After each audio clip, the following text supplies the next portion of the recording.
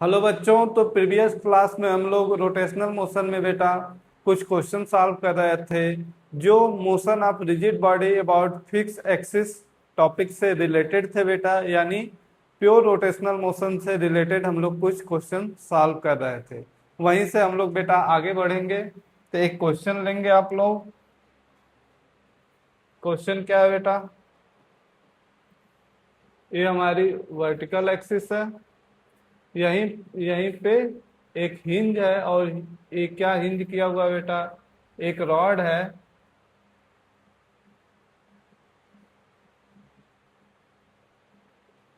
यहीं पे क्या है बेटा?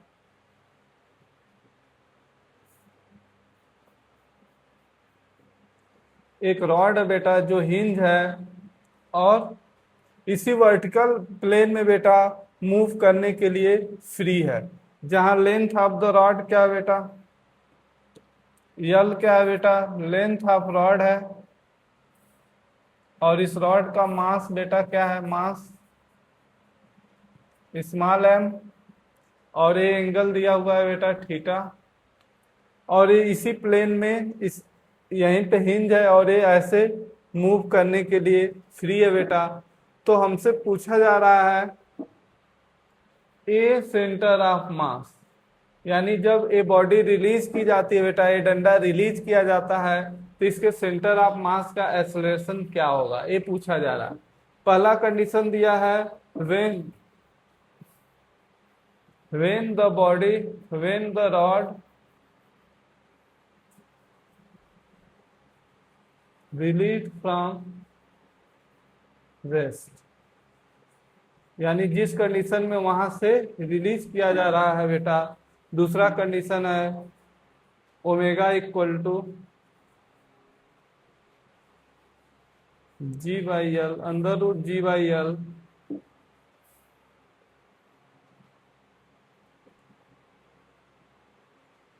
इन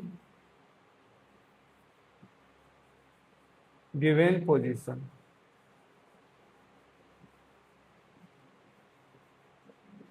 किसी भी डायरेक्शन में ओमेगा ले सकते हो, ओमेगा किसी भी डायरेक्शन में ना।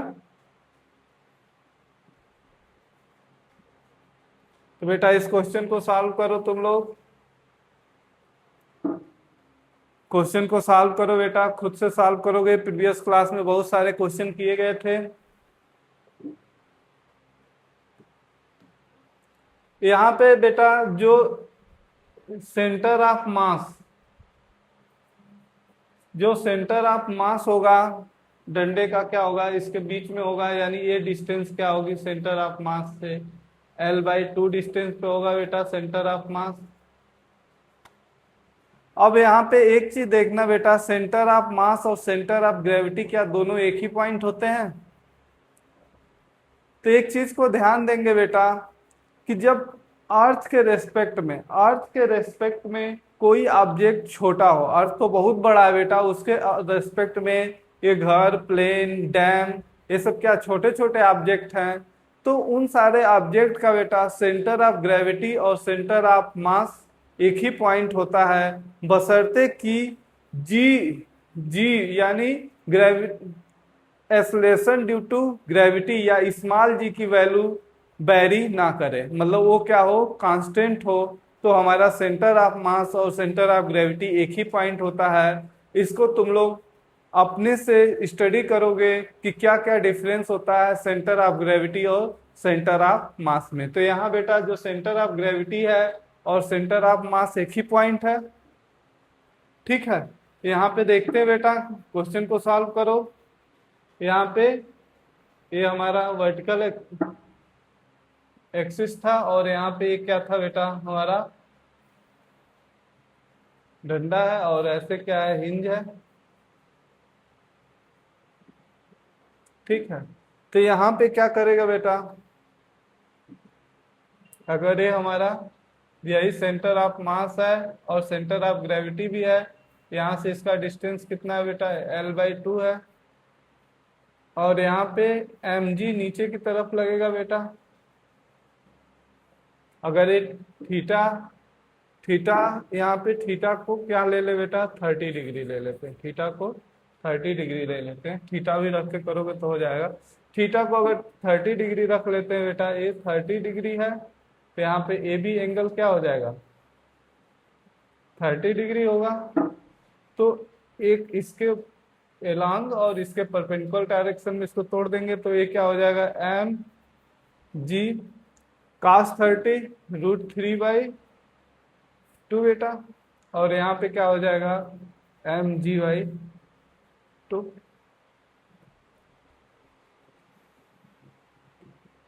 देखते हैं बेटा ध्यान से, तो यहाँ पे टॉर्क इक्वल टू क्या हो जाएगा, अगर इस पॉइंट के एलॉन्ग इस पूरे बॉडी का टॉर्क लेंगे बेटा, तो टॉर्क कितना हो जाएगा, mg/2 perpendicular force multiply by distance l/2, कितना हो जाएगा, mg/l/4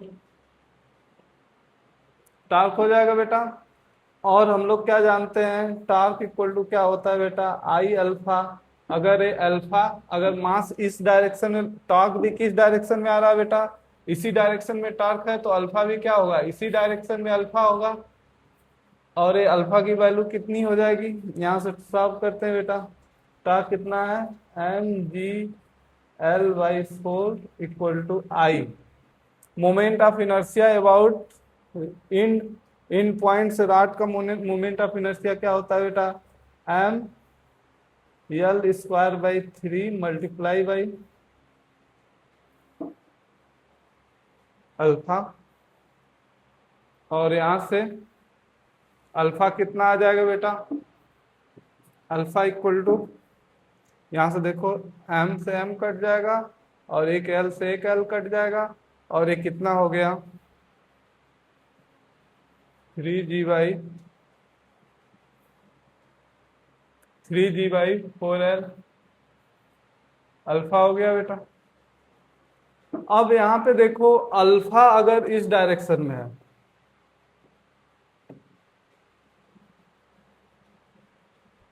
अगर ये क्या है बेटा, अल्फा अगर इस डायरेक्शन में है, ये क्या है अपना सेंटर ऑफ मास है, अल्फा अगर इस डायरेक्शन में है बेटा, तो तो हमारा टेंडेंशियल एक्सीलरेशन क्या होगा, टेंडेंशियल एक्सीलरेशन इसके परपेंडिकुलर होगा। और चूंकि ये बॉडी क्या है,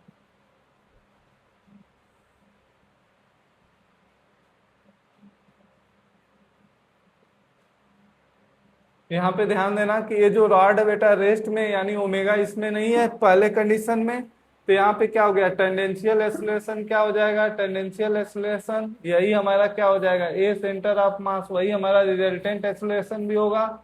और ये किसके बराबर होगा बेटा, अल्फा आर, तो यानी अल्फा l/2, वैल्यू देखते हैं, 3g/4l मल्टीप्लाई बाई l/2, यहाँ से कट जाएगा, और ये क्या आ जाएगा, a centre of mass equal to क्या आ जाएगा बेटा, 3g/8। ठीक, अगर दूसरे कंडीशन की बात करें बेटा, दूसरे कंडीशन को ध्यान से देखो, दूसरा क्या है बेटा, ओमेगा दिया हुआ है, तो दूसरे कंडीशन में क्या है, यहाँ पे कुछ वेलोसिटी हो गई बेटा।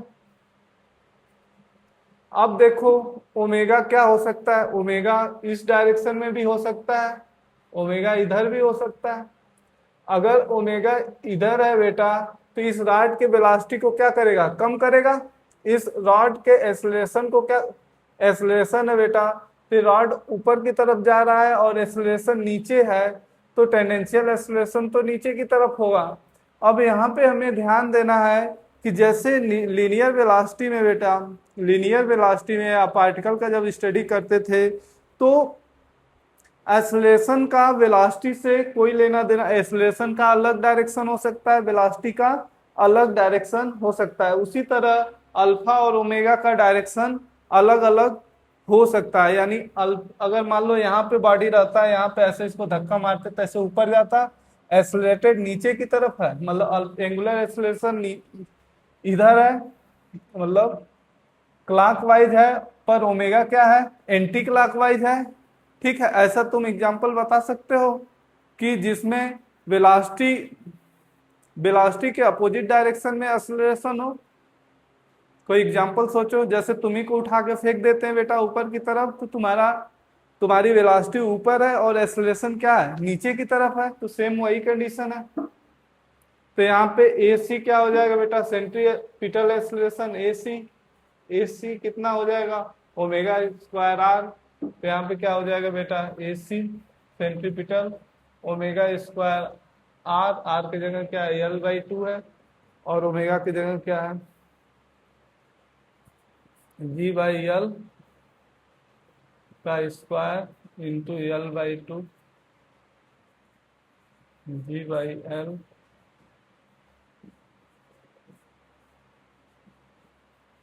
G/2।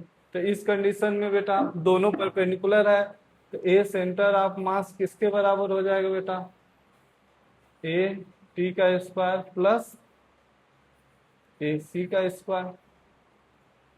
तो 3G/8 का स्क्वायर प्लस G/2 का स्क्वायर।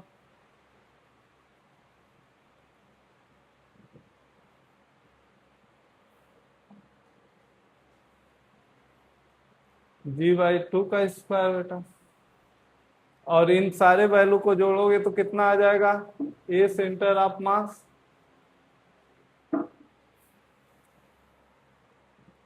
9/64 हो जाएगा बेटा, और ये G/4 हो जाएगा, तो यानी 69 90 हो जाएगा, 19/64 G²। और ये वैल्यू कितनी आ जाएगी बेटा, √90/8 G। यही हमारा क्या हो जाएगा, एक्सेलरेशन ऑफ सेंटर ऑफ मास हो जाएगा बेटा। क्वेश्चन समझ में आ गया बेटा, आगे बढ़ते हैं। एक क्वेश्चन और लेते हैं बेटा, क्वेश्चन के ही थ्रू आगे बढ़ते हैं। एक क्या है बेटा, यहाँ पे एक हिंज है, इस हिंज पॉइंट से एक रॉड ऐसे है बेटा,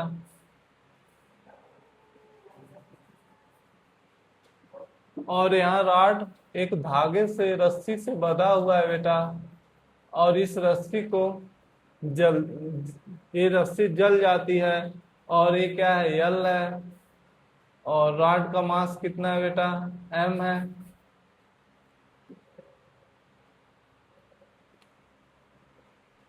तो क्वेश्चन क्या है बेटा, find acceleration of centre of mass when the rope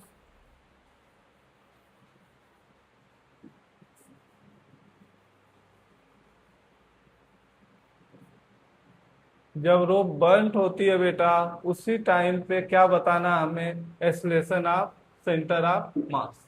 ठीक है, और ये पूरा रॉड जो है बेटा ऐसे वर्टिकल प्लेन में मूव करने के लिए फ्री है। ठीक, ये क्वेश्चन हो गया बेटा। Find the A centre of मास, यानी ए सेंटर ऑफ मास की वैल्यू बतानी है उसी स्टैंड पे, जिस स्टैंड पे क्या हो रहा है बेटा, ये रस्सी क्या कर रही है, बर्न कर रही है। ठीक, करो बेटा, सॉल्व करो। अगर यहाँ पे रॉड है बेटा, ऐसे हिंज है,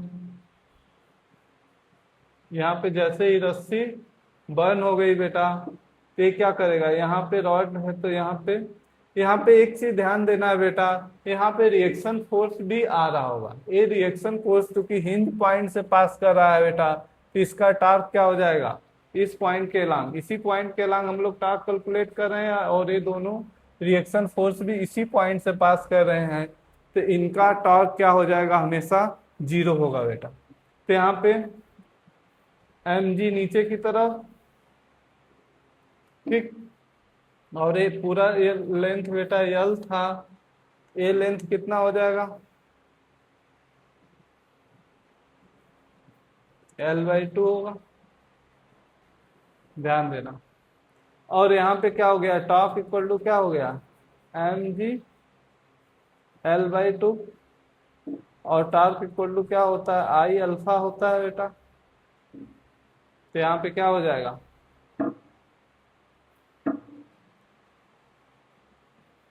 mg L/2 equal to I mL²/3 alpha. यहाँ से m से m कट जाएगा, एक L से एक L कट गया, तो यहाँ पे अल्फा इक्वल टू क्या हो गया बेटा, 3g/2l। अब चूंकि क्या है बेटा, यहाँ पे टॉर्क इसी डायरेक्शन में है बेटा, टॉर्क इसी डायरेक्शन में है, तो अल्फा भी क्या होगा, इसी डायरेक्शन में होगा। यानी अल्फा और टॉर्क का डायरेक्शन सेम ही होता है बेटा।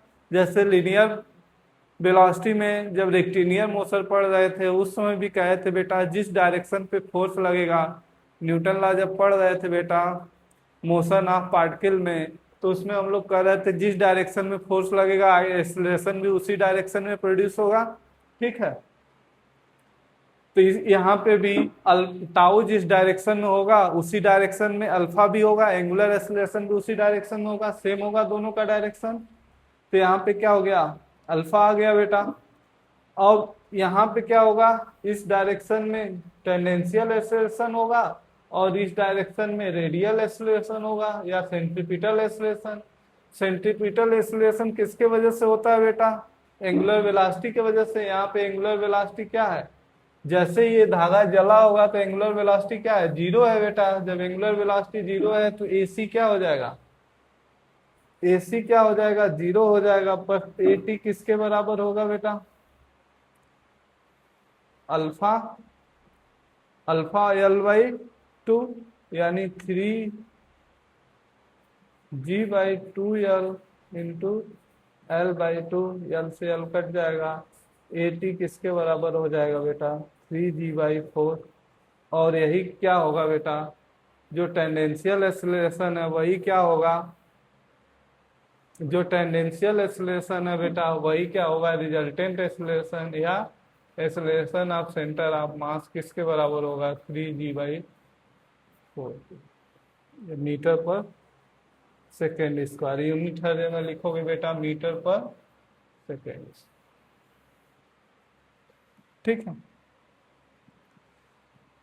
तो बेटा थोड़ा आगे बढ़ते हैं और रोटेशनल मोशन में बेटा एक कंसेप्ट सीखते हैं,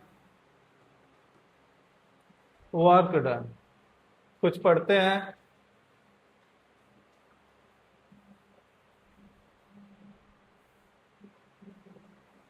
तो बेटा रोटेशनल मोशन या कैसा भी मोशन हो बेटा, कैसा अगर लीनियर मोशन हो तो वर्क डन बेटा हमेशा किसके बराबर होता है, F.D के बराबर। ठीक है, F.D वर्क हमेशा क्या होता है बेटा, चाहे कैसा भी मोशन हो बेटा, कैसा भी बॉडी हो, वर्क हमेशा F.D से हमें मिल जाता है। या फिर इसी वर्क का एक दूसरा रूप है बेटा जिसे हम लोग क्या लिखते हैं, tau delta theta. Tau delta theta लिखते हैं बेटा। ये जब होता है बेटा जब हमारा फोर्स और टार्क दोनों क्या हो, कांस्टेंट हो। ये जब होता है बेटा जब हमारा फोर्स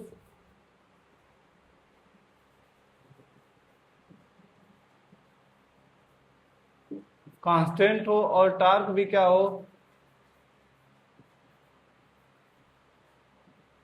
तो बेटा ये दोनों फॉर्म बेटा, और यहाँ पे डेल्टा थीटा किस में होना चाहिए बेटा, delta theta must be in radian. Delta theta किस में होना चाहिए, रेडियन। जब हमारा फोर्स कांस्टेंट हो बेटा और टार्क कांस्टेंट हो तो वर्क हमेशा कैलकुलेट करने के लिए यह फार्मूला यूज किया जाता है। ठीक है, तो इससे हमें वर्क मिलता है अब देखो यहाँ पे एफ डॉट डी या टाउ डेल्टा थीटा दोनों एक ही चीज है बेटा, ये इसी का ही रूप है। ऐसा नहीं है कि रोटेशनल मोशन में वर्क दूसरा होता है और ट्रांसलेशनल मोशन में वर्क दूसरा होता है। वर्क हमेशा कैलकुलेट किया जा सकता है किस फार्मूले से बेटा, एफ डॉट डी से। ठीक है, अब यहाँ पे एक चीज और देखते हैं बेटा, अगर एफ और टाउ, एफ भी क्या हो बेटा, यानी फोर्स क्या हो, वेरिएबल हो, और टार्क भी वेरिएबल हो बेटा, तो हमारा वर्क डन किससे आएगा बेटा, इंटीग्रेशन एफ डॉट डी, और टार्क कैसे आएगा, टार्क आ जाएगा टाउ डेल्टा थीटा, यहाँ पे इंटीग्रेट करना पड़ेगा। ठीक है, एफ डॉट डी आर या फिर टाउ डी थीटा। ये किस कंडीशन में होगा बेटा, जब एफ और टाउ क्या हो, दोनों वेरिएबल। ठीक है, और पावर, पावर डेवलप बेटा, पावर डेवलप किससे आता है, पावर एफ डॉट वी, या फिर क्या कर सकते हैं, एफ डॉट वी, या फिर कह सकते हैं टाउ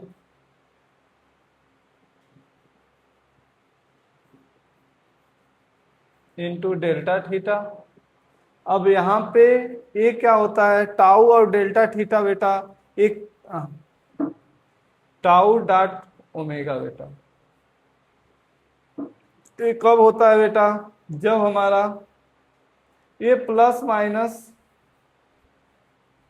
क्योंकि बेटा टाउ और ओमेगा क्या हो सकता है, एक दूसरे के पैरेलल हो सकता है या एंटी पैरेलल हो सकता है, तो यहाँ पे डायरेक्शन लिखने की जरूरत नहीं है, प्लस माइनस से काम हो जाएगा। ठीक बेटा,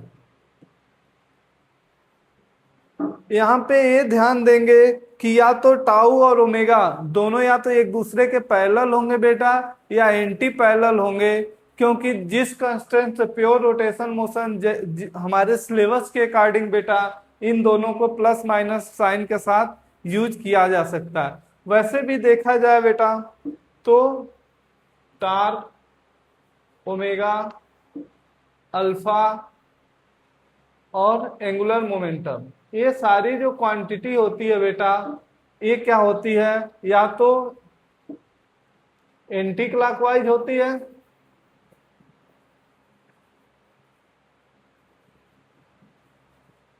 या फिर क्या होती है,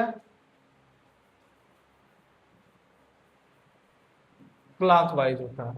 अगर बेटा कोई भी अगर क्लॉकवाइज होगा तो इसे डॉट से दिखाएंगे बेटा, और ये क्या होगा, हमेशा प्लेन से परपेंडिकुलर होगा, यानी इसको के कैप भी कह सकते हैं। अगर क्लॉकवाइज होगा बेटा तो इसको हमेशा ऐसे क्रॉस यानी प्लेन के परपेंडिकुलर अंदर की तरफ दिखाएंगे और इसे माइनस के कैप से शो करेंगे। तो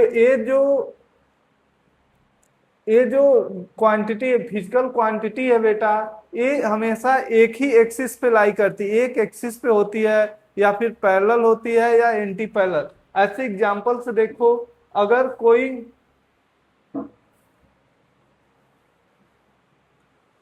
कोई बेटा ऐसे कोई सर्कुलर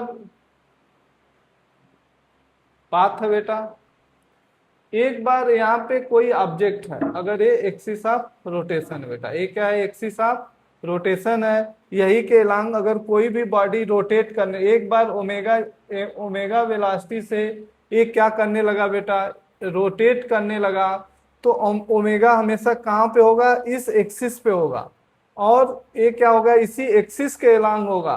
तो अब चाहे यहाँ हो बॉडी, चाहे यहाँ बॉडी हो, चाहे यहाँ पार्टिकल, चाहे यहाँ हो, चाहे यहाँ हो, कहीं पे भी हो, हमेशा उसका ओमेगा क्या होगा बेटा, एक ही एक्सिस के सेंस में होगा, यानी यहाँ पे डॉट यानी इसके जो परपेंडिकुलर एक्सिस है बाहर की तरफ उसी डायरेक्शन में हमारा क्या होगा, ओमेगा होगा। चाहे ये ओमेगा एंगुलर वेलोसिटी होगा, चाहे यहाँ पे पार्टिकल कहीं भी हो अपने सर्कुलर पाथ में, हमेशा ओमेगा। अगर ये एक्सेलरेट करती है तो अल्फा भी हमेशा क्या होगा, बाहर की तरफ होगा। इसी तरह क्या टार्क भी, टार्क हमेशा क्या होता है, किसी एक्सिस के अलॉन्ग ही होगा। इसी तरह एंगुलर मोमेंटम। तो ये सारे क्वांटिटी या तो पैरेलल हो सकती है बेटा, या फिर क्या हो सकती है, एंटी पैरेलल हो सकती है। हमारे कोर्स के हिसाब से पैरेलल या एंटी पैरेलल हो सकती है, और कोई डायरेक्शन इसका पॉसिबल नहीं है।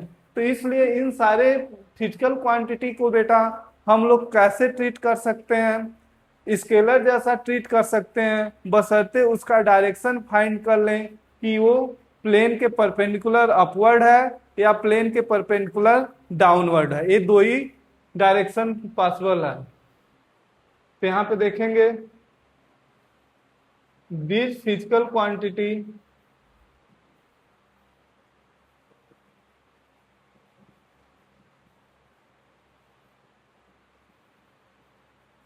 may be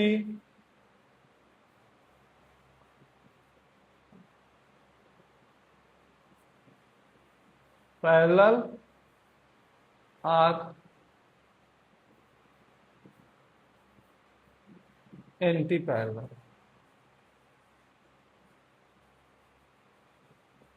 अगर कोई डायरेक्शन पॉसिबल नहीं है बेटा, ठीक है, हमारे जिस तरह के मोशन का हम लोग स्टडी कर रहे हैं उस तरह के रिजिड बॉडी के मोशन में ये जो क्वांटिटी है बेटा या तो पैरेलल होगी या फिर क्या होगी, एंटी पैरेलल होगी।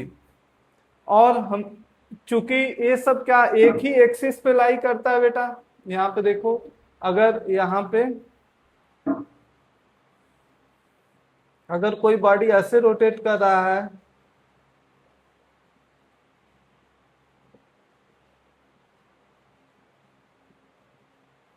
अगर बेटा ऐसे ओमेगा स्पीड से है और ओमेगा क्या कर रहा है, अल्फा रेट से बढ़ रहा है, तो ये सारे क्वांटिटी इसी डायरेक्शन में होंगे, ठीक है। अगर इस पे कोई फोर्स भी लग रहा है, टार्क भी लग रहा है, तो टार्क भी क्या होगा, यानी ये सारे क्वांटिटी एक ही एक्सिस पे लाई कर रहे हैं, इसलिए इन्हें क्या बोल सकते हैं बेटा,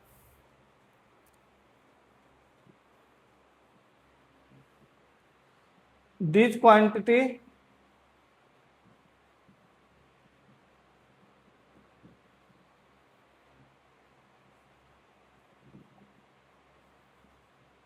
lie along a axis, n axis, that's why these quantity are called, these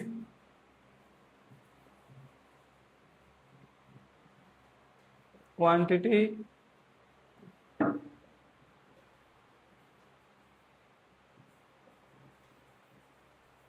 called axial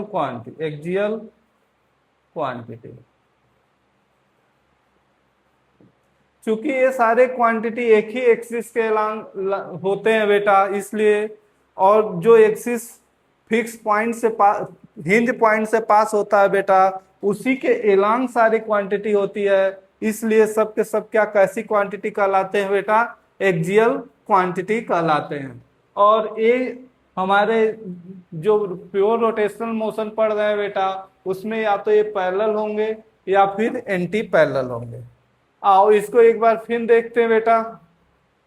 यहाँ पे जो वर्क डन हो रहा है बेटा, दोनों केसेस में जो वर्क डन हो रहा है एफ डॉट डी या टाउ डेल्टा थीटा बेटा, ये दोनों वर्क अलग अलग नहीं है। ये क्या होता है, हर तरह अगर हमें फोर्स पता है और डिस्प्लेसमेंट पता है बेटा, दोनों में डॉट प्रोडक्ट निकाल के भी वर्क वही वर्क आएगा, सेम वर्क आएगा। अगर हमें टार्क पता है उसमें डेल्टा थीटा का मल्टीप्लाई कर देंगे तो वही सेम ही वर्क आएगा बेटा, ठीक है। तो यहाँ पे कैसा भी मोशन है, चाहे मोशन ट्रांसलेशनल हो, चाहे रोटेशनल हो, चाहे कंबाइन ट्रांसलेशनल हो, कंबाइन ट्रांसलेशन और रोटेशन हो, सारे प्रकार के बेटा मोशन में ये सब के सब में क्या होंगे, ये अप्लीकेबल होंगे, सब में क्या होंगे, अप्लीकेबल होंगे बेटा। किसी भी तरह का मोशन होगा, सारे तरह के मोशन में क्या होंगे बेटा, हमेशा ये सारे फार्मूले क्या होंगे, हमेशा अप्लीकेबल होंगे। चाहे कैसा भी मोशन हो, कैसा भी बॉडी हो बेटा, ये सब के सब क्या होंगे, अप्लीकेबल होंगे। इसमें कोई भी डिफरेंस देखने को नहीं मिलेगा। ठीक है बेटा। अब आते हैं बेटा, बात करते हैं काइनेटिक एनर्जी किसकी बेटा,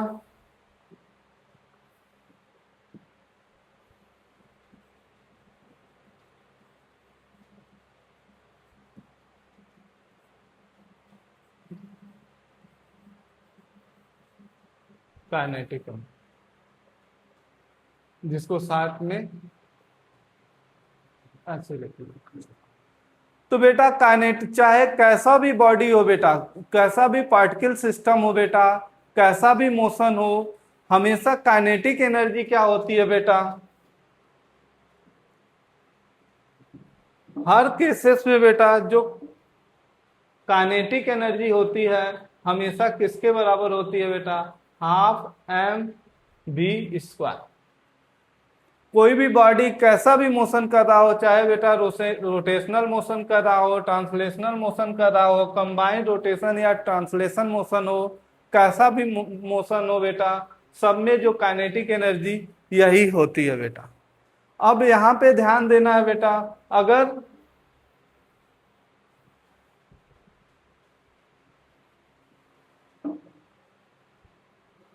अगर बेटा कोई भी रिजिड बॉडी है, कोई भी रिजिड बॉडी हो, तो रिजिड बॉडी में क्या होता है बेटा, बहुत सारे पार्टिकल होते हैं, बहुत सारे पार्टिकल होते हैं बेटा।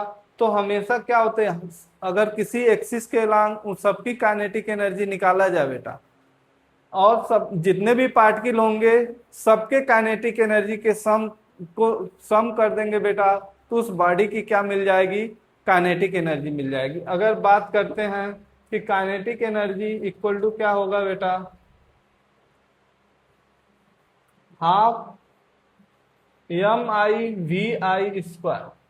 आई से मत घबराना बेटा, आई कहां से कहां हो सकता है, अगर सिस्टम में n पार्टिकल है तो आई 1 से n हो सकता है, यानी जितने भी इंडिविजुअल पार्टिकल है बेटा सबको अगर सम कर दिया जाए तो उस पूरे रिजिड बॉडी का क्या आ जाएगा, काइनेटिक एनर्जी आ जाएगा।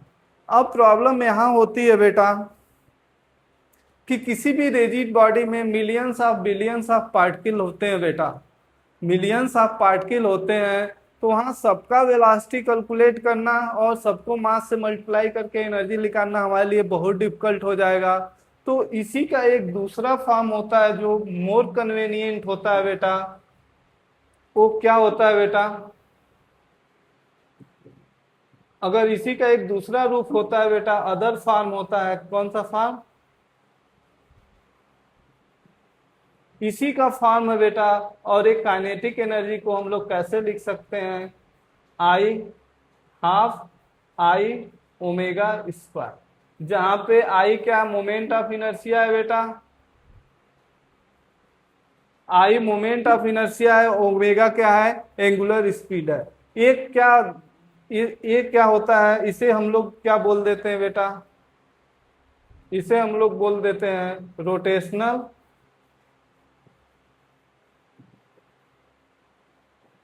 Kinetic energy.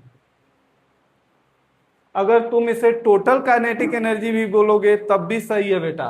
ये क्या है, कोई अलग प्रकार की एनर्जी है, नहीं बेटा। जो ट्रांसलेशनल मोशन में जो काइनेटिक एनर्जी सिर्फ काइनेटिक एनर्जी होती है, वो किसी भी कंडीशन में हो वो किसके बराबर होती है, हाफ एम बी स्क्वायर के बराबर होती है।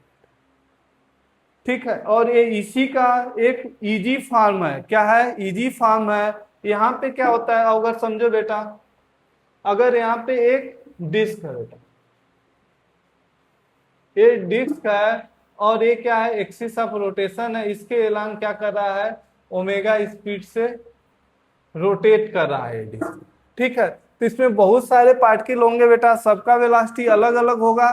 पर यहाँ पे देखो, अगर फिक्स शेप की बॉडी है, अगर फिक्स, यहाँ क्या है, एक डिफाइन शेप की बॉडी है बेटा, अब इसका मोमेंट ऑफ इनर्शिया इस एक्सिस के अलोंग इसका मोमेंट ऑफ इनर्शिया आई किसके बराबर होगा बेटा, half M R square.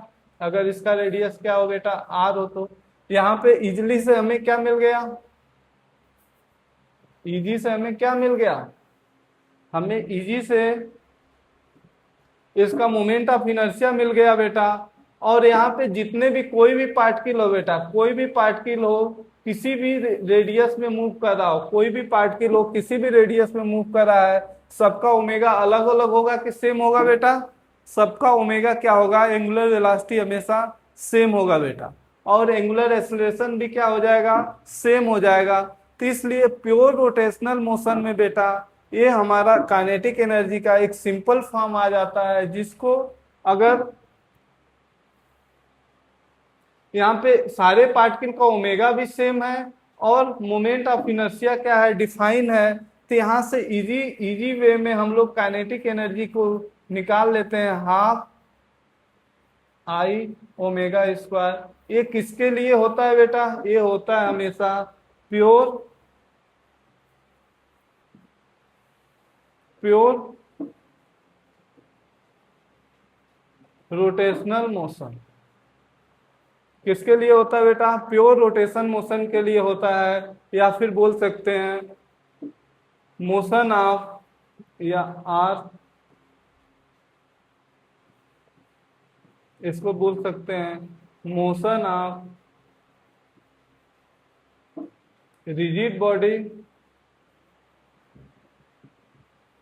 About fixed axis. ठीक बेटा, अब यहाँ पे ध्यान देना है कि आई किसके एलांग होना चाहिए, आई हमेशा उसी एक्सिस के एलांग कैलकुलेट किए जाना चाहिए बेटा। तो यहाँ पे एक चीज और लिख लेते हैं बेटा, नोट के फॉर्म में लिखते हैं, इंपॉर्टेंट पॉइंट है कि आई जिसे मोमेंट ऑफ इनर्शिया बोलते हैं बेटा, must be calculated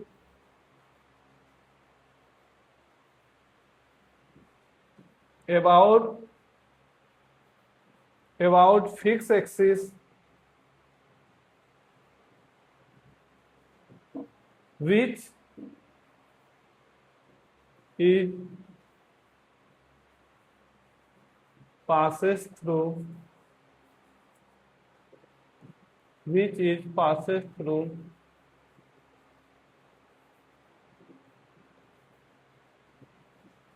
hinged point।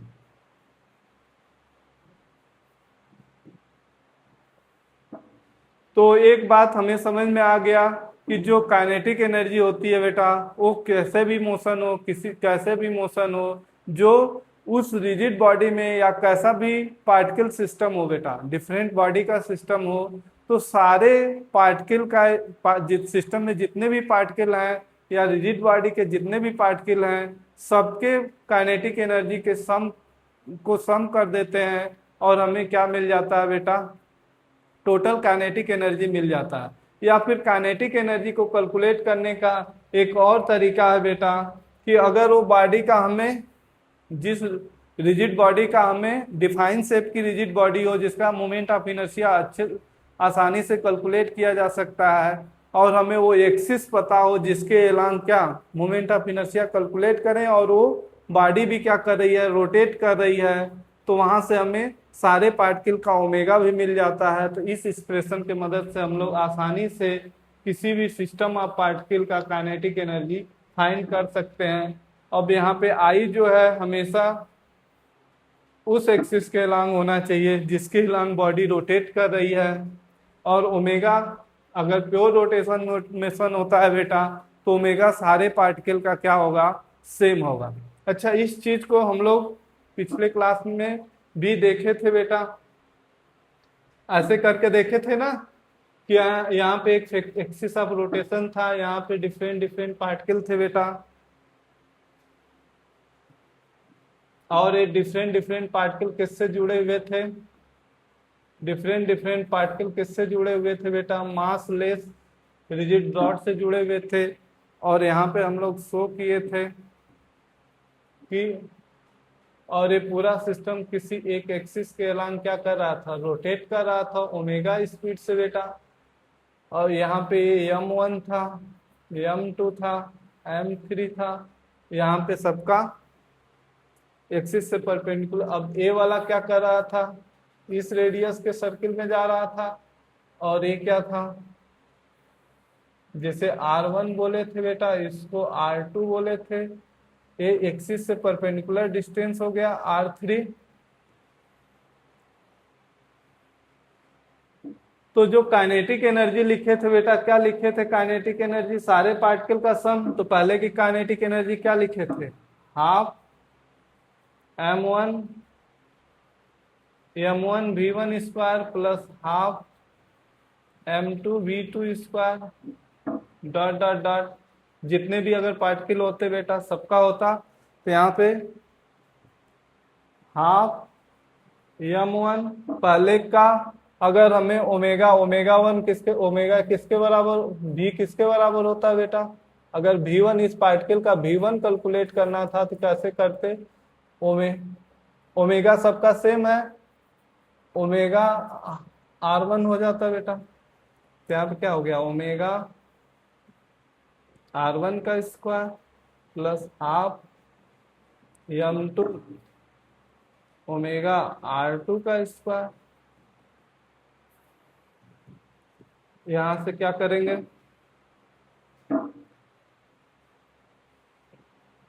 Half m1 omega square plus m2 omega square dot dot dot, अरे m1 r1 square m2 r2 square omega square, और इसी को क्या बोले थे बेटा, और यही क्या है, हमारा मोमेंट ऑफ इनर्शिया है आई ओमेगा स्क्वायर। कहने का मतलब ये है कि ये जो काइनेटिक एनर्जी आई है बेटा, वो किसके, डिफरेंट डिफरेंट जितने भी सिस्टम में पार्टिकल है सबके काइनेटिक एनर्जी का ही सम है, कोई अलग से काइनेटिक एनर्जी नहीं है। तो कोई बोलता है रोटेशनल काइनेटिक एनर्जी, और सिर्फ इसमें एक ही टर्म होगा बेटा, कोई बॉडी का एक ही टर्म होगा काइनेटिक एनर्जी का, इसमें और कोई term half M B square मत जोड़ देना, ठीक है। कितना होगा, जो सिस्टम आप पार्टिकल की टोटल काइनेटिक एनर्जी होगी या किसी रिजिड बॉडी की जो टोटल काइनेटिक एनर्जी होगी बेटा, वो किसके बराबर होगी, हाफ हाई ओमेगा स्क्वायर के बराबर होगी, ठीक है बेटा। आगे बढ़ते हैं, यहाँ पे अब एक चीज को समझते हैं बेटा, यहाँ बेटा आगे बढ़ते हैं, ठीक है।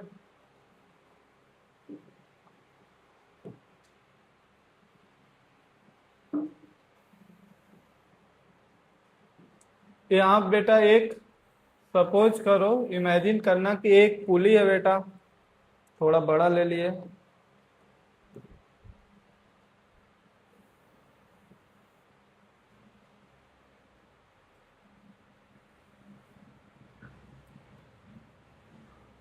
हमें इमेजिन करना है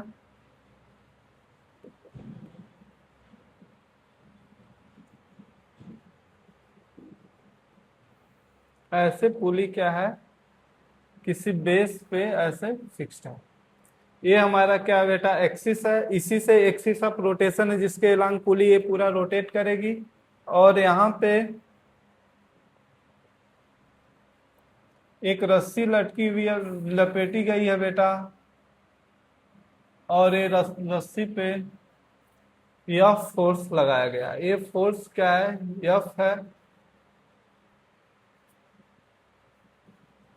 जो ऐसे क्या रस्सी लपेटा गया बेटा, और इस एफ फोर्स से क्या कर रहा है, रस्सी को खींचा जा रहा है। और ये हिंज पॉइंट है, यही क्या है, एक्सिस ऑफ रोटेशन, ये हॉरिजॉन्टली है बेटा। एक्सिस ऑफ रोटेशन क्या है, पुली का हॉरिजॉन्टली है, और इसी के अलोंग इसका ओमेगा है बेटा।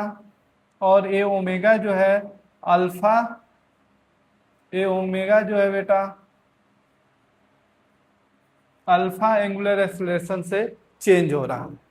अब यहाँ पे जो ये फोर्स लग रहा है बेटा, यहाँ पे जो फोर्स लग रहा है बेटा, उस फोर्स के वजह से अगर ये पुली का और रोप का सरफेस अगर क्या हो स्मूथ होता बेटा, तो क्या करता है, यहाँ से ऐसे रस्सी खींच जाती बेटा, ये रोप जो है खींच जाती और इस पुली को पता भी नहीं चलता, ये रोप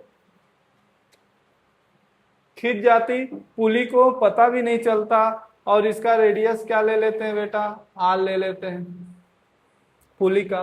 अब यहाँ पे कह रहा है बेटा कि जो पुली का सरफेस, पुली और रोप का जो कांटेक्ट सरफेस है बेटा, वो क्या है, सफिशिएंटली रफ है, और इतना रफ है कि इनके बीच में रिलेटिव मोशन पॉसिबल नहीं है, यानी ये एक दूसरे पे स्लाइड नहीं करते हैं, रिलेटिव मोशन पॉसिबल नहीं है बेटा।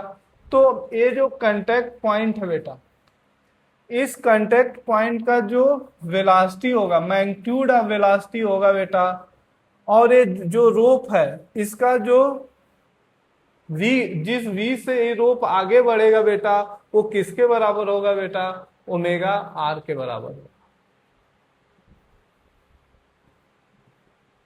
और जो एक्सेलरेशन होगा, एक्सेलरेशन ऑफ रोप, यानी रोप जिस एक्सेलरेशन से आगे बढ़ेगा बेटा, वो किसके बराबर होगा, टेंडेंशियल एक्सेलरेशन के बराबर होगा, और ये किसके बराबर होगा बेटा, अल्फा आर के बराबर। अगर एक रेवोल्यूशन ये लेता है बेटा, एक रेवोल्यूशन ऐसे रस्सी खींचते हैं और ये पूरी पुली एक रेवोल्यूशन अगर मूव कर जाती है बेटा, तो यहाँ से जो डेल्टा यक्स, यहाँ से जो यल डिस्टेंस की रोप छूटेगी बेटा, और वो डेल्टा यक्स मान लेते हैं, और ये डेल्टा यक्स किसके बराबर होगा बेटा, 2 पाई आर के बराबर। यानी जो एक कांटेक्ट पॉइंट होगा बेटा, इस पुली का जो के पार्टिकल का जो वेलोसिटी होगा, जो रोप के वेलोसिटी होगा, वो हमेशा क्या होगा बेटा, सेम होगा। अगर इन दोनों के बीच में, पुली और रोप के बीच में कोई भी रफ सरफेस इतने रफ हैं कि इनके बीच में कोई भी रिलेटिव मोशन नहीं हो रहा है, तो इसके बारे में लिख लेंगे बेटा, थोड़ा सा लिखना है तो लिख लो। क्या लिखोगे, when the contact surface of rough, when the contact surface of pulley and rope are sufficiently rough so that there is no relative motion between rope and pulley, then the tangential acceleration and magnitude of velocity of contact point of pulley and rope will be same बेटा। और वो किसके बराबर होगा, जो velocity होगा वो किसके बराबर होगा, अल्फा ओमेगा आर के बराबर होगा, और जो टेंडेंशियल एक्सेलरेशन होगा बेटा, रोप का जो एक्सेलरेशन होगा वो किसके बराबर होगा बेटा, अल्फा आर के बराबर होगा, यानी इस पुली के पॉइंट के टेंडेंशियल एक्सेलरेशन के ही बराबर होगा। अगर इन्हें गिवन टाइम इंटरवल बात करें, अगर पुली एक रिवोल्यूशन लेता है बेटा, तो जो रोप आगे बढ़ेगा बेटा, उसका डिस्टेंस कितना होगा, 2 पाई आर होगा। इस चीज को अब आगे से हम लोग नहीं डिस्कस करेंगे, ठीक है बेटा। अब एक क्वेश्चन लेते हैं और क्वेश्चन के माध्यम से सीखते हैं।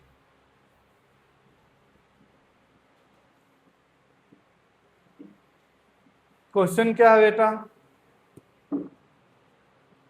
एक पुली है, वैसी ही पुली है, सफिशिएंटली रफ,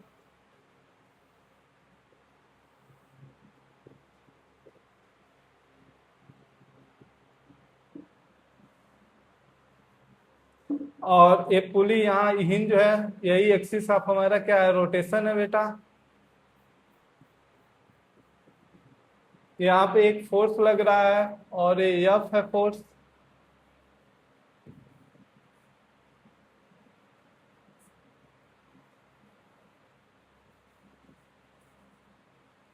और ये मास ऑफ पुली क्या है बेटा, मास ऑफ पुली m है, और इसका रेडियस क्या है बेटा, रेडियस ऑफ पुली r है। पहले लिख लो बेटा, क्वेश्चन लिखोगे, the contact surface of rope and pulley are sufficiently rough so that it prevent relative motion between pulley and rope, and at t equal to 0 second the motion start.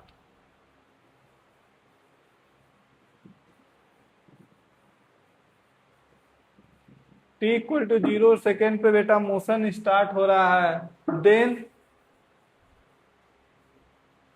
Fine, क्या fine करना है बेटा? Work done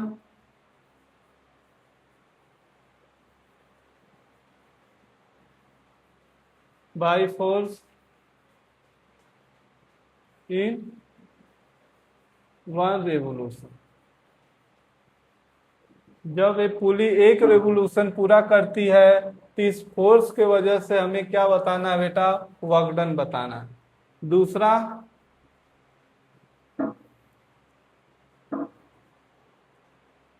kinetic energy when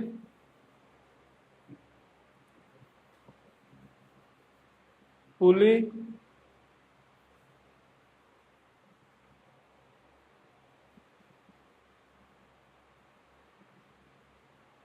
complete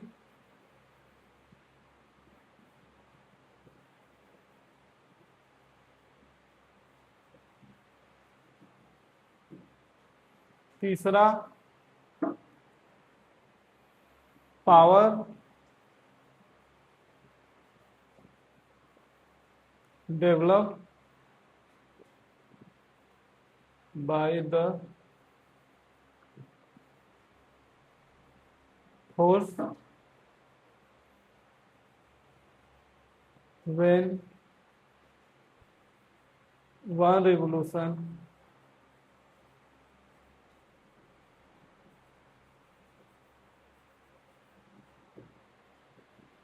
complete. ठीक है बेटा, तो आप लोग क्वेश्चन को करोगे, ठीक है, खुद से अटेम्प्ट करो, फिर उसके बाद ही सोल्यूशन देखना।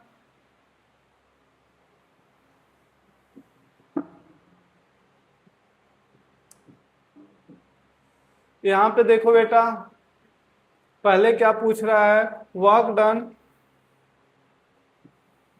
बाय पुली इन 1 रिवोल्यूशन, एक रिवोल्यूशन में वर्क डन पूछा जा रहा है बेटा। तो वर्क डन किसके बराबर होता है बेटा? अभी हम लोग वर्क का फार्मूला पढ़े थे, क्या पहले लिखे थे? एफ डॉट डी, और उसके बाद क्या लिखे थे बेटा? Tau delta theta. ठीक, यहाँ पे वेक्टर नहीं लिखे थे क्योंकि टाउ क्या होगा? किसी एक्सिस के अलोंग ही होगा। तो टाउ डेल्टा थीटा लिखे थे। यही दो फार्मूले थे बेटा वर्क कैलकुलेट करने के लिए। तो अब क्या करते हैं बेटा? वर्क का पहले तरह से अगर work equal to tau delta theta से कैलकुलेट करते हैं तो टाक क्या हो जाएगा बेटा? अब ये फोर्स लग रहा है, रेडियस आर है, तो ये क्या रेडियस हमेशा क्या होगा? इसके परपेंडिकुलर ही होगा, यही रेडियस है। तो यहाँ पे टार्क क्या हो जाएगा बेटा? वर्क इक्वल टू क्या हो जाएगा? टार्क कितना होगा? टार्क होगा एफ इंटू आर, और डेल्टा थीटा कितना है बेटा? अगर एक रिवोल्यूशन लेता है तो ये थीटा कितना कंप्लीट करेगा? 2 पाई। तो यहाँ पे क्या हो जाएगा? 2 पाई। तो वर्क किसके बराबर हो गया? वर्क इक्वल टू क्या हो गया? 2 पाई आर एफ हो गया बेटा। ठीक, अगर यहीं पे दूसरे वाले फार्मूले से करते हैं, दूसरा वाला फार्मूला क्या है बेटा? एफ वर्क इक्वल टू क्या है? F dot D. एफ हमें एफ पता है, एफ डी कास थीटा। अब यहाँ डी के एफ इस डायरेक्शन में लग रहा है बेटा। अगर एक रिवोल्यूशन यहाँ पे घूमेगा तो यहाँ पे 2 पाई आर डिस्टेंस बढ़ेगा, स्लाइड करेगा रो। एफ फोर्स लगाया प्लस इतना डिस्टेंस चला और इनके बीच में थीटा क्या हो जाएगा, 0 डिग्री हो जाएगा। तो यहाँ पे क्या हो जाएगा बेटा, वैल्यू रखते हैं एफ की जगह एफ ही है, डी की जगह क्या हो जाएगा 2 पाई आर। थीटा 0 होगा तो काश 0 1 हो जाएगा, तो यहाँ पे भी वर्क इक्वल टू क्या हो गया 2 पाई आर एफ हो गया बेटा। ठीक। अब कह रहा है कि 1 रेवोल्यूशन में काइनेटिक एनर्जी क्या होगा। अगर इनिशियल काइनेटिक एनर्जी 0 होगा बेटा, तो जो वर्क डन होता है बेटा वही किसके बराबर होता है, चेंज इन काइनेटिक एनर्जी। तो यहाँ काइनेटिक एनर्जी इनिशियली कंडीशन में क्या था, पूरा रेस्ट में था। t = 0 में मोशन स्टार्ट फ्रॉम रेस्ट था बेटा।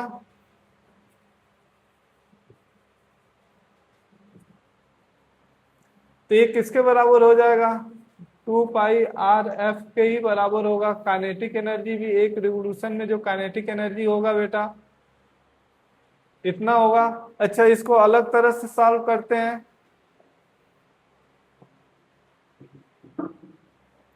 तो काइनेटिक एनर्जी को और कैसे लिख सकते हैं बेटा, काइनेटिक एनर्जी क्या होता है, हाफ आई ओमेगा स्क्वायर। तो अब यहाँ पे हमें ओमेगा तो पता ही नहीं है, ओमेगा नहीं पता है, तो क्या करेंगे, टार्क पता है बेटा, टार्क कितना है, टार्क इक्वल टू क्या है बेटा आई अल्फा। और टार्क कितना है एफ इंटू आर। आई कितना होगा बेटा, डिस्क मान लेते हैं तो क्या हो जाएगा mr²/2 अल्फा। यहाँ से एक आर कट जाएगा बेटा, यहाँ क्या हो जाएगा 2f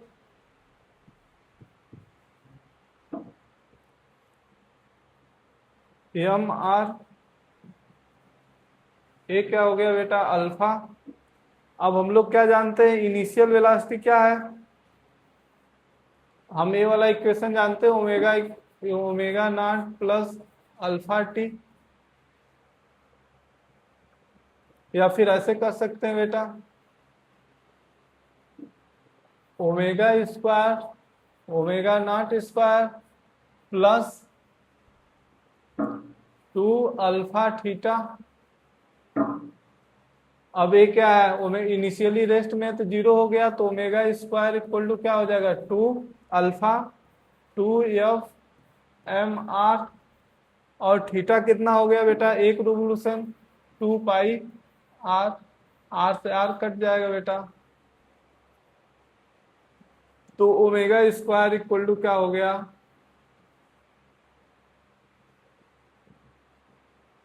8 पाई f/m।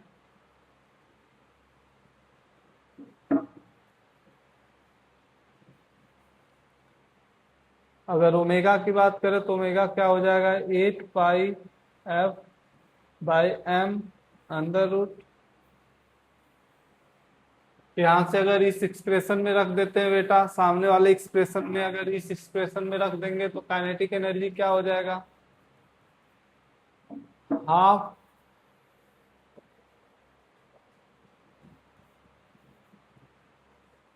आई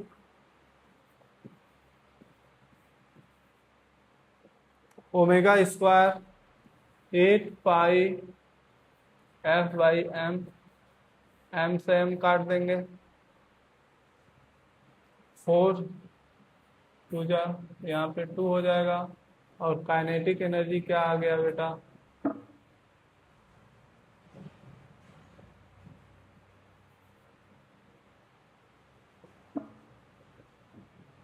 काइनेटिक एनर्जी आ गया बेटा 2 पाई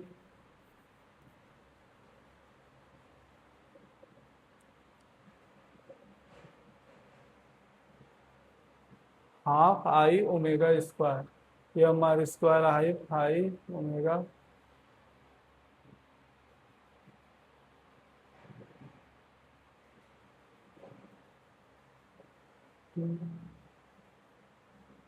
to F M two two F M 2 pi R. यहाँ पे आर नहीं होगा बेटा, यहाँ पे गलती हो गया। ये जो थीटा होगा ये 2 पाई आर नहीं, ये थीटा कितना होगा, 2 पाई होगा बेटा।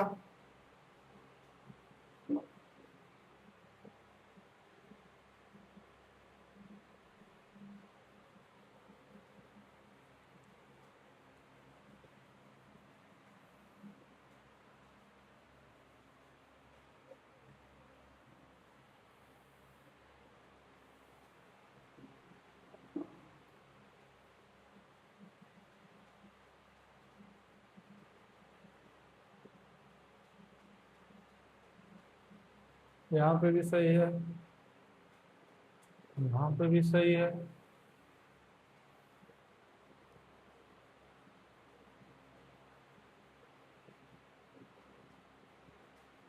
ये भी सही है।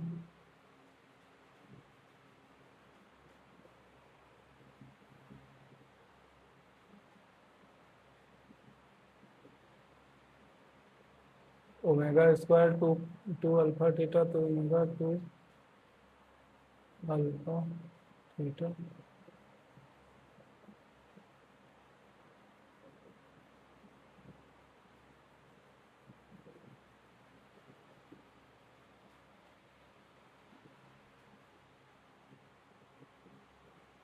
ओमेगा स्क्वायर 2 अल्फा थीटा, फिर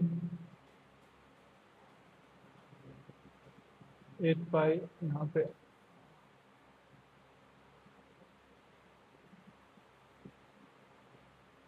यहाँ पे बेटा आर नहीं रहेगा, जब आर नहीं रहेगा तो ये आर यहाँ बचा रहेगा और एम आर हो जाएगा।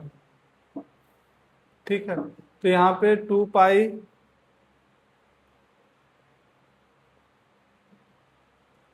ये क्या हो जाएगा, ओमेगा हो जाएगा बेटा, ओमेगा स्क्वायर कितना हो जाएगा, आर होगा, और एक आर से एक आर कट जाएगा बेटा, तो ये क्या हो जाएगा, 2 पाई आर।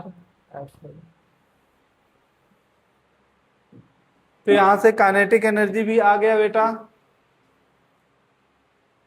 ठीक है, यहां से काइनेटिक एनर्जी आ गया बेटा। आगे क्या पूछा गया था, power develop by the force when 1 revolution complete. जब 1 रेवोल्यूशन कंप्लीट हो रहा है बेटा, उस कंडीशन में पावर पूछा जा रहा है। पावर किसके बराबर होता है बेटा, पावर इक्वल टू होता है टाउ डॉट ओमेगा, या फिर इसको क्या करते थे बेटा, plus minus omega, tau omega लिखते थे।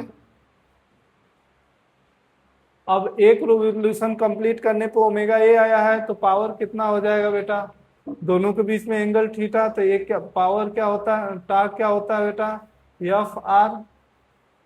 टार्क क्या हो गया, F R multiply by omega, omega कितना है 8 पाई एफ बाई एम आर। ये क्या हो जाएगा बेटा, पावर डेवलप आफ्टर 1 रेवोल्यूशन, एक रेवोल्यूशन कंप्लीट करने पे ये पावर डेवलप होगा। ठीक है, क्लियर हो गया बेटा। और पावर, ठीक है, अगला तो यहाँ पे एक क्वेश्चन लेते हैं बेटा। सपोज करो एक कोई फिक्स वाल है बेटा, यहाँ से एक क्या है, एक पुली है बेटा, थोड़ा सुंदर बनाते हैं।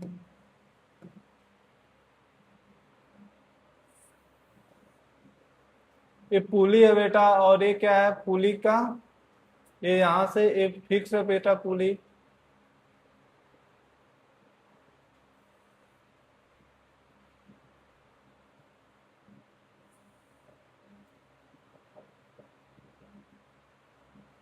ठीक है बेटा, और यहाँ पे एक रोप ऐसे लटका हुआ है,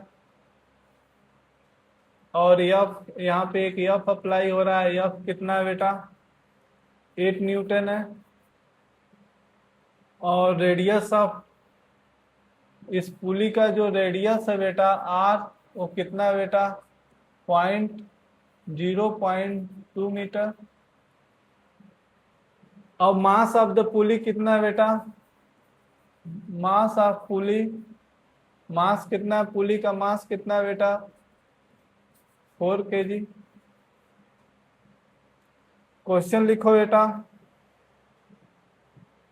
क्वेश्चन क्या है? क्वेश्चन है कि the surface of pulley and rope are sufficiently rough so that it prevent relative motion। मतलब कि कंटेक्ट सरफेस जो होता बेटा है रफ पुली का, वो क्या है? सफिशिएंटली रफ है। तो at T equal to 0, at T equal to 0 second a constant force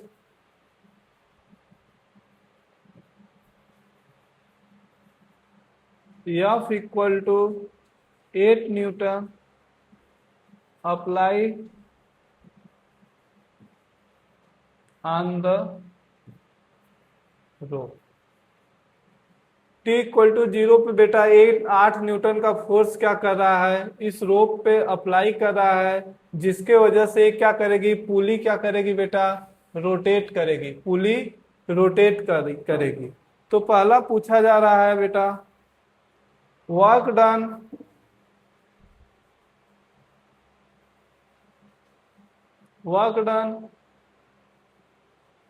by force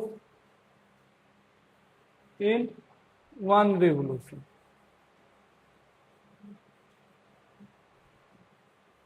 एक रेवोल्यूशन में वर्क डन फाइंड करना है। दूसरा है काइनेटिक एनर्जी आफ्टर 1 रेवोल्यूशन। तीसरा जो पूछा जा रहा है बेटा, angular velocity omega after just after angular velocity omega just after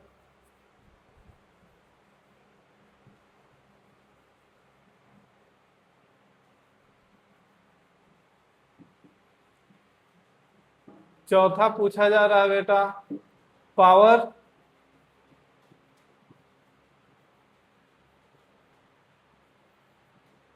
develop by force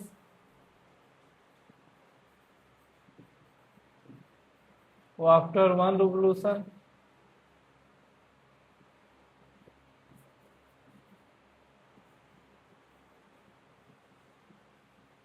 पांचवा, power develop by force after 1 revolution. पांचवा बेटा, एंगुलर वेलोसिटी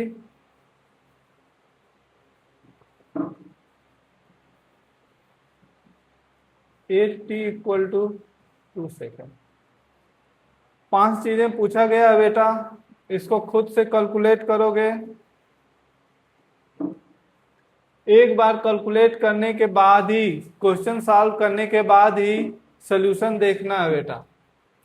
एक बार क्वेश्चन सॉल्व करके ही सॉल्यूशन देखना है, ठीक है। ये हिंट पॉइंट है बेटा पुली का। अगर पुली के वेट की बात करें तो अगर वेट नीचे काम कर रहा है एम जी, तो इसका नॉर्मल ऊपर, ये दोनों एक दूसरे को कैंसिल किए। यहाँ पे एफ फोर्स, इसकी बात ही नहीं करते। यहाँ पे F force, F equal to कितना लगा है बेटा? 8 न्यूटन लगा है। आर कितना है? 0.2 मीटर। एम कितना है? 4 kg। पहला क्वेश्चन क्या पूछा है? वर्क डन इन 1 रेवोल्यूशन। तो बेटा अगर वर्क डन की बात करो तो वर्क डन के लिए कितने फार्मूले हम लोग जानते हैं? टाउ डेल्टा थीटा, और क्या जानते हैं? F dot D. ये कब अप्लाई होता है बेटा? जब टाउ एंड एफ क्या हो? Tau and F R constant, यहाँ पे फोर्स बदल रहा है, नहीं फोर्स बदल रहा है, फोर्स भी कांस्टेंट है, तो work done tau, work done equal to क्या हो जाएगा, work done in one revolution क्या हो जाएगा, टाउ डेल्टा थीटा से देखते हैं तो टाउ टार्क कितना हो जाएगा, 0.2 multiply by 8 into delta theta, तो एक रिवोल्यूशन में कितना गया होगा, 2 पाई, तो वर्क कितना हो गया बेटा,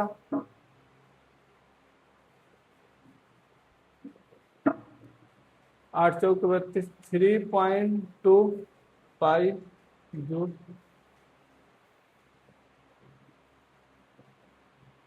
अगर इस वाले फार्मूले से देखें, अगर इस वाले फार्मूले से देखते हो बेटा, ये क्या कहता है, work equal to F dot D, तो एफ डॉट डी कितना हो गया, एफ कितना है 8 न्यूटन, डी इसी डायरेक्शन में है, डी भी इसी डायरेक्शन में है, डी कितना है 2 पाई, 2 पाई आर कितना है बेटा इंटू 0.2, वर्क किसके बराबर हो गया बेटा 3.2 पाई। चाहे ऐसे निकालो या ऐसे निकालो, दोनों केस में आंसर सेम आना चाहिए। दूसरा क्या पूछा जा रहा है, काइनेटिक एनर्जी, तो इनिशियल जो ओमेगा था बेटा, इनिशियल ओमेगा क्या था, 0 था, ओमेगा इनिशियल ओमेगा क्या था, ओमेगा नॉट मान लेते, इनिशियल ओमेगा 0 था। अगर काइनेटिक एनर्जी बात करें बेटा, तो जो वर्क डन हुआ है वही क्या होगा, चेंज इन काइनेटिक एनर्जी वही होगा, और एक किसके बराबर, और यही क्या, पहले इनिशियल फाइनल है, तो यही किसके बराबर हो जाएगा, काइनेटिक एनर्जी, और एक किसके बराबर हो जाएगा 3.2 पाई जूल। किसमें किसमें पूछा जा रहा है बेटा, वन रेवोल्यूशन। अब यहाँ पे एक चीज और देखते हैं हम लोग, काइनेटिक एनर्जी का एक और फार्मूला जानते हैं, क्या जानते हैं, हाफ आई ओमेगा स्क्वायर, ठीक है। अब यहां से ओमेगा आई डिस्क का, तो एम आर स्क्वायर आई निकाल लेंगे, हाफ पता है, ओमेगा स्क्वायर कहाँ से आएगा, तो ओमेगा स्क्वायर निकालने के लिए हम लोग क्या जानते हैं, टॉर्क जानते हैं, टॉर्क किसके बराबर होता है, आई अल्फा, टॉर्क कितना हो जाएगा 0.2 multiply by 8 equal to I, M कितना है 4, R square 0.2 multiply by 0.2 divide by M R square by 2 होगा, डिस्क है, और यहाँ पे अल्फा, 1.2 से 0.2 कट जाएगा बेटा, 4 से 2 यानी 2 4 हो जाएगा, 4 डिवाइड बाई 0.2 अल्फा, यानी अल्फा इक्वल टू कितना हो गया बेटा, अगर ऊपर नीचे मल्टीप्लाई कर दोगे तो 40/2 यानी 20 रेडियन पर सेकेंड स्क्वायर। जैसे ही अल्फा हमें पता चल गया बेटा, हम क्या कैलकुलेट कर लेंगे, जैसे ही आप अल्फा पता चला तो हम क्या कैलकुलेट कर लेंगे, omega, omega square equal to क्या होता है, omega naught plus alpha 2 alpha theta,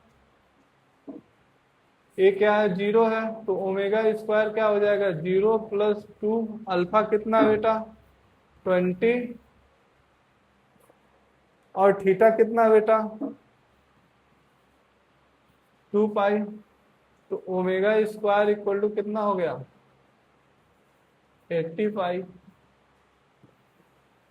यहां से काइनेटिक एनर्जी कितना हो जाएगा, half I omega square, half आई कितना है बेटा, कैलकुलेट करके यहीं पे रख लेंगे, ये क्या है आई है, तो 4, आई कितना हो जाएगा 0.2 से 2 कट जाएगा, कितना हो जाएगा 2 इंटू 2 इंटू 2 यानी 8.08 kg मीटर स्क्वायर। ये क्या हमारा आई है बेटा। अब इस आई को यहाँ पे यूज कर लेंगे। 0.08 इंटू ओमेगा स्क्वायर 80 पाई। 2 से काटेंगे तो क्या हो जाएगा 40। तो यहाँ पे क्या हो जाएगा 3.25।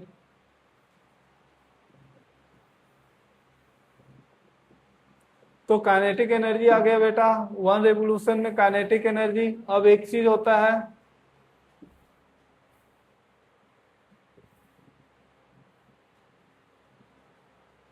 काइनेटिक एनर्जी के बाद हम लोग क्या पूछे थे, पावर डेवलप पूछा गया था बेटा।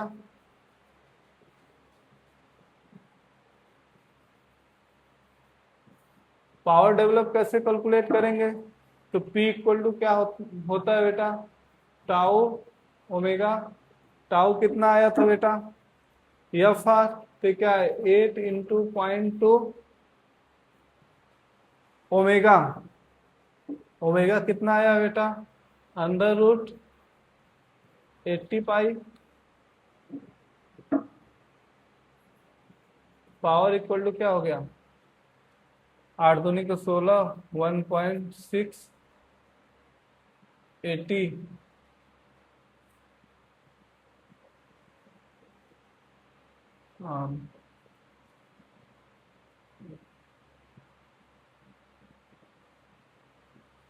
4 × 4 16×5 = 80, यानी ×4 √5 पाई। पावर इक्वल टू क्या हो गया, 16 चौक 64, 6.4/5 पाई।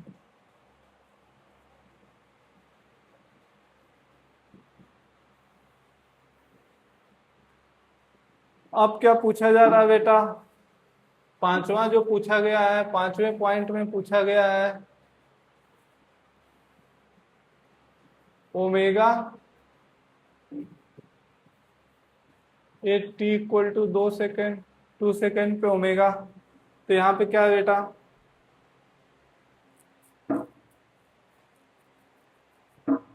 तो ओमेगा इक्वल टू क्या होगा, omega naught plus alpha theta.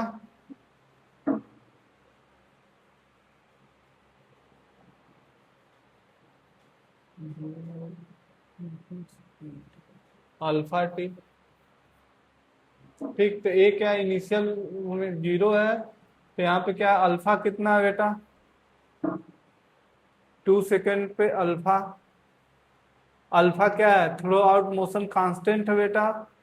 Constant force है तो अल्फा कितना है, कांस्टेंट है। और अल्फा कितना है बेटा, 8 अल्फा कैलकुलेट किया गया। अल्फा 20 रेडियन पर सेकेंड है बेटा, 20 × T2।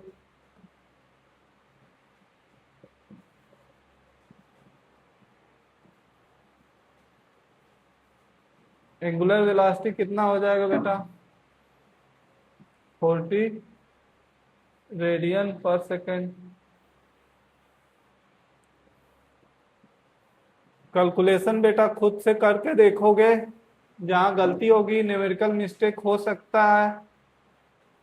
ठीक है, इतना रेडियन पर सेकेंड बेटा ये क्या है, एंगुलर वेलोसिटी है।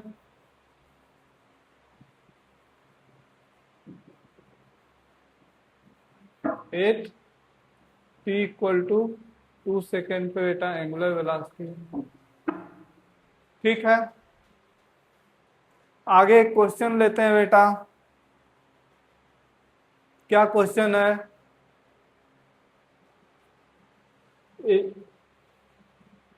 क्वेश्चन है ए रिजिड बॉडी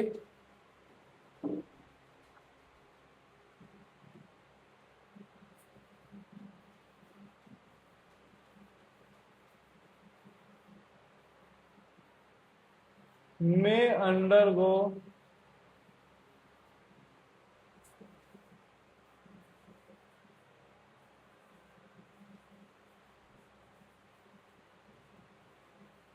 ए रिजिड बॉडी में undergo in pure rotational motion उस रिजिड बॉडी का के रेडियस ऑफ गायरेशन कितना है बेटा? रेडियस ऑफ गायरेशन है 0.4 मीटर। ए कांस्टेंट टॉर्क, टॉर्क कितना है बेटा? 8 newton metre. Applied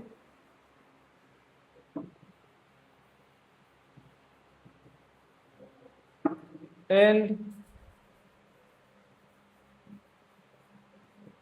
motion start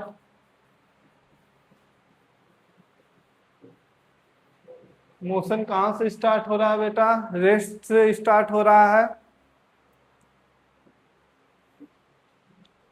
rest start यानी t इक्वल टू 0 सेकेंड पे ओमेगा क्या है बेटा?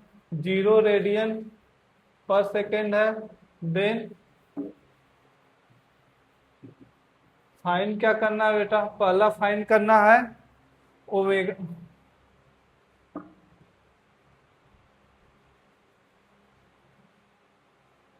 ओमेगा फाइंड करना है 8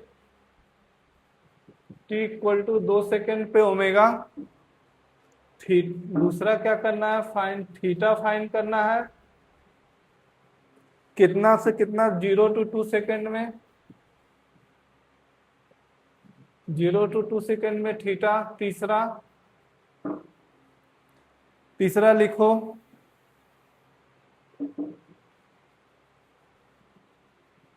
work done in half,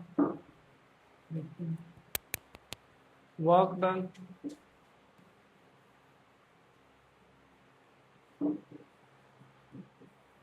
in 0 to 2 second में वर्क डन पूछा गया है। चौथा ओमेगा एंगुलर वेलोसिटी पूछा गया है बेटा after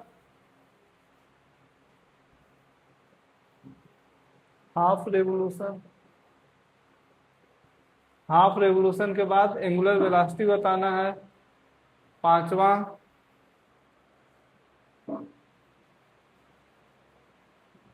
power develop eight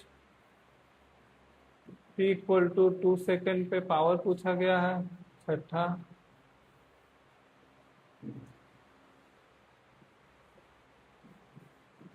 kinetic energy 8 t equal to. इस क्वेश्चन को बेटा करना है आप लोगों को।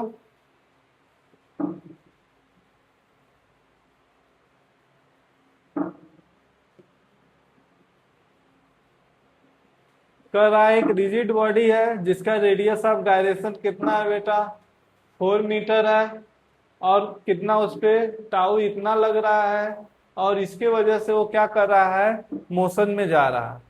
तो पहला काम है, पूछा जा रहा है omega. Mass of the body क्या दिया ही नहीं है। मास ऑफ द बॉडी यहां पे लिख लो बेटा, ए rigid body of mass 2 kg ले लो। 2 kg मास का बॉडी है बेटा। तो पहला ही क्वेश्चन में हमसे क्या पूछा जा रहा है? ओमेगा पूछा जा रहा है। एंगुलर वेलोसिटी है t इक्वल टू 2 सेकेंड। तो पहला काम है बेटा कि हम क्या कैलकुलेट करें? आई कैलकुलेट करें, तभी अल्फा आएगा, तभी ओमेगा आएगा बेटा।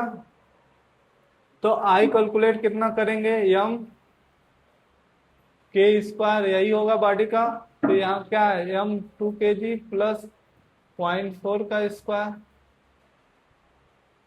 और ये कितना हो जाएगा बेटा? 1632 0.4 0.4 1.6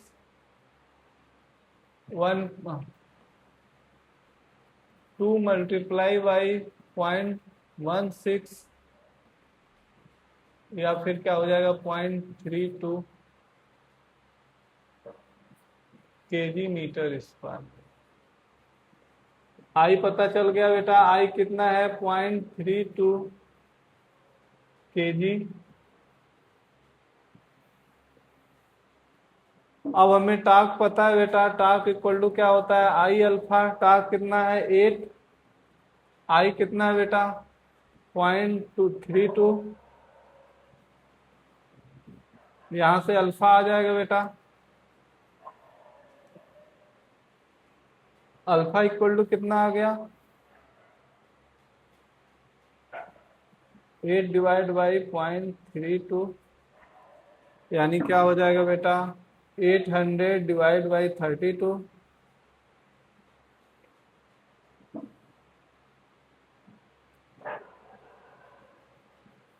8 से काटे 100, 832 कितना हो गया बेटा 25 रेडियन पर सेकेंड स्क्वायर।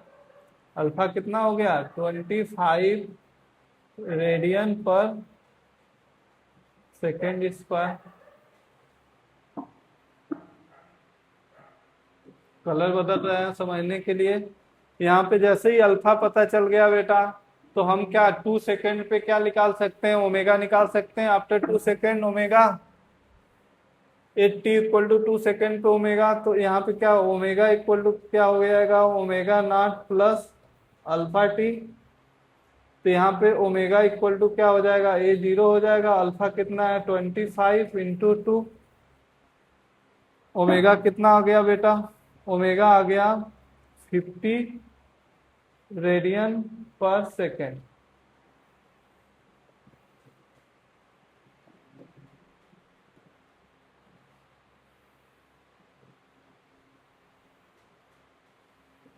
ओमेगा कैलकुलेट कर लिए बेटा।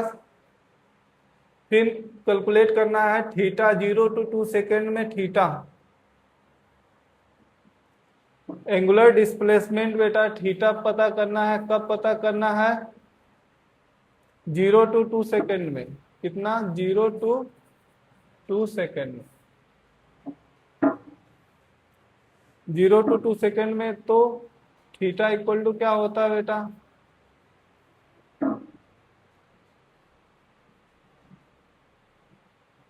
Omega naught P plus half alpha T square, यही होता है। ये क्या ओमेगा नॉट 0 है, तो यानी थीटा इक्वल टू क्या हो जाएगा हाफ अल्फा कितना बेटा 25 टी स्क्वायर, 2 का स्क्वायर, 2 से 2 कट गया, तो थीटा इक्वल टू क्या हो गया बेटा 50 रेडियन।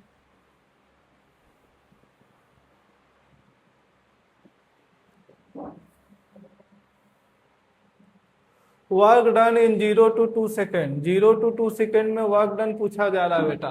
तो वर्क डन कितना होगा 0 to 2 सेकेंड में कितना है थीटा 50 है, तो यहाँ पे वर्क डन कितना होता है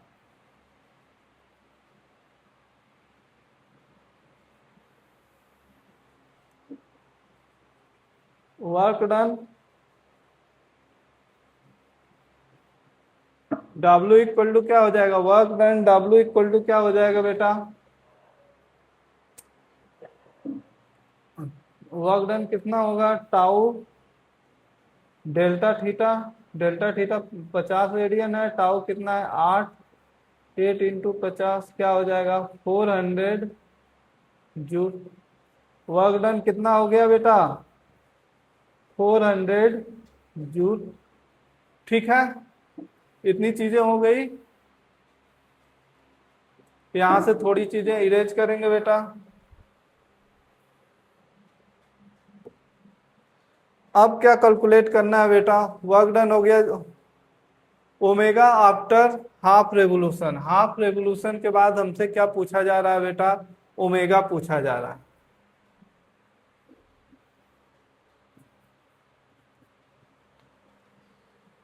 हाफ रेवोल्यूशन का मतलब थीटा कितना हुआ होगा बेटा पाई हुआ होगा, थीटा पाई हुआ होगा। और हमसे क्या पूछा जा रहा है ओमेगा, तो यहाँ ओमेगा इक्वल टू क्या होता है omega square equal to omega naught square plus 2 alpha theta. ये क्या हो गया 0, ओमेगा स्क्वायर इक्वल टू क्या हो जाएगा 2 अल्फा कांस्टेंट ही है बेटा, और अल्फा कितना है, अभी कैलकुलेट किए थे, अल्फा कितना आया था 25 रेडियन पर सेकेंड स्क्वायर, 25। और थीटा क्या है, पाई है, तो ओमेगा स्क्वायर इक्वल टू क्या हो गया 50 pi. Omega T equal to 2 second पे किसके बराबर हो जाएगा बेटा, under root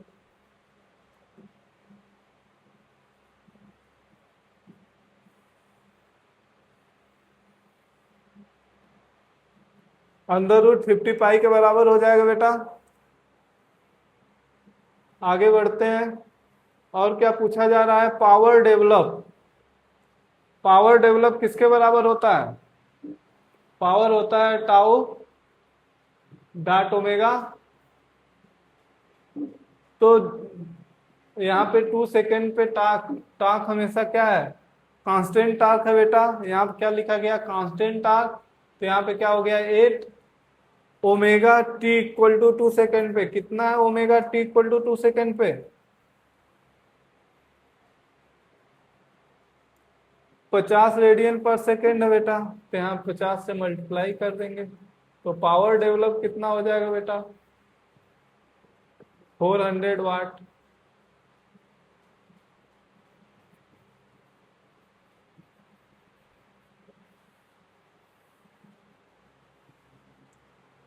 kinetic energy 8 T equal to 2 second पे, 2 सेकेंड पे काइनेटिक एनर्जी, काइनेटिक एनर्जी किसके बराबर होता है बेटा, हाफ आई ओमेगा स्क्वायर। तो यहाँ पे हाफ पता है, आई पता है बेटा, आई कितना है 0.32 multiply by omega square, 2 second पे ओमेगा कितना था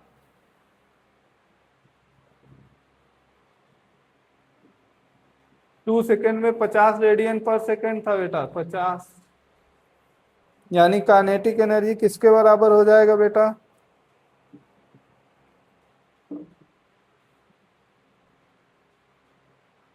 0.16 इंटू 50, 16×5 = 80।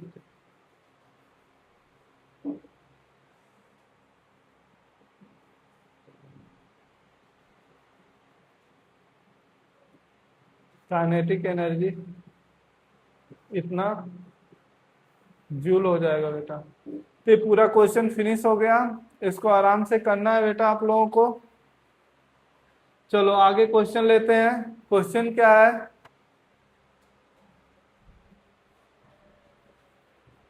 क्वेश्चन है ए rigid body under go pure rotation about an axis. लिख लेते हैं, ए rigid body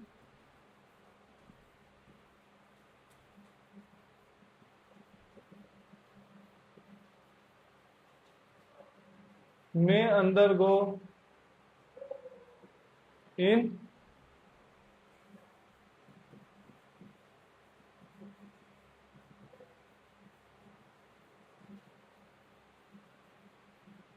about an axis moment of inertia, moment of inertia क्या बेटा आई नॉट है, full stop. It's kinetic energy depends, किस पे डिपेंड करता है बेटा, kinetic energy depends on angle पे डिपेंड करता है। और ये काइनेटिक एनर्जी किसके बराबर है बेटा, के थीटा स्क्वायर। ये काइनेटिक एनर्जी का एक्सप्रेशन है बेटा। पूछा क्या जा रहा है, फाइंड एंगुलर एक्सेलरेशन, अल्फा पूछा जा रहा है बेटा। क्वेश्चन में क्या पूछा जा रहा है, फाइंड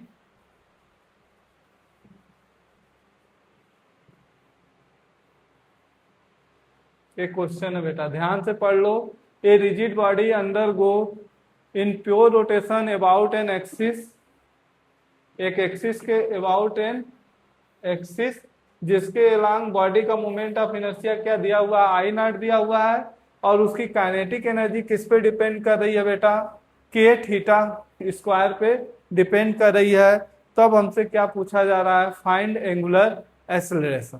ठीक है बेटा, कोशिश करो तुम लोग, कोशिश करो बेटा।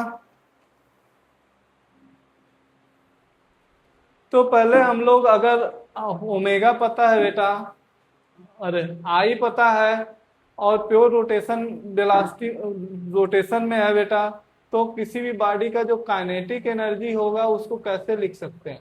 हाफ आई ओमेगा स्क्वायर लिख सकते हैं। और ये किसके बराबर है बेटा? के थीटा स्क्वायर के।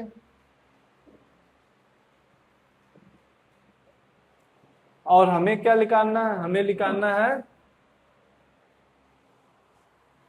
अल्फा, निकालना है बेटा। तो यहाँ पे क्या हो जाएगा? ओमेगा स्क्वायर इक्वल टू क्या हो जाएगा? के थीटा स्क्वायर डिवाइड बाई 2, ऊपर चला जाएगा, 2 के थीटा स्क्वायर आई हो जाएगा बेटा। यानी ओमेगा इक्वल टू क्या हो जाएगा? 2 के आई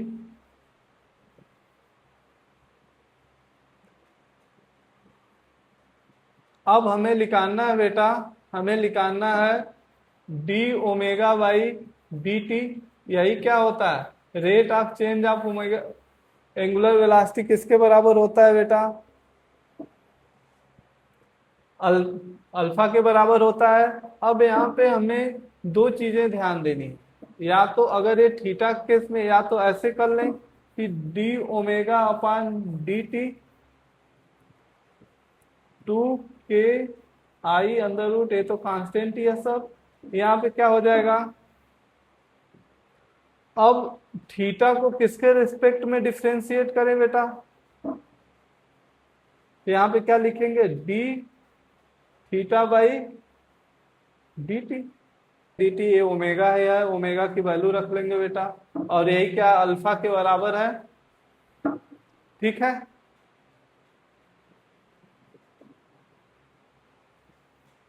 यहाँ पे देखो क्या हो जाएगा? अल्फा इक्वल टू क्या हो जाएगा? Alpha equal to under root 2 के आई नॉट बेटा। Moment of inertia I naught ही है। ये क्या हो गया? ओमेगा हो गया बेटा। ओमेगा की वैल्यू कितनी है रख लेंगे यहीं पे, 2 2 के आई नॉट और थीटा। तो यहाँ पे अल्फा इक्वल टू क्या हो जाएगा बेटा?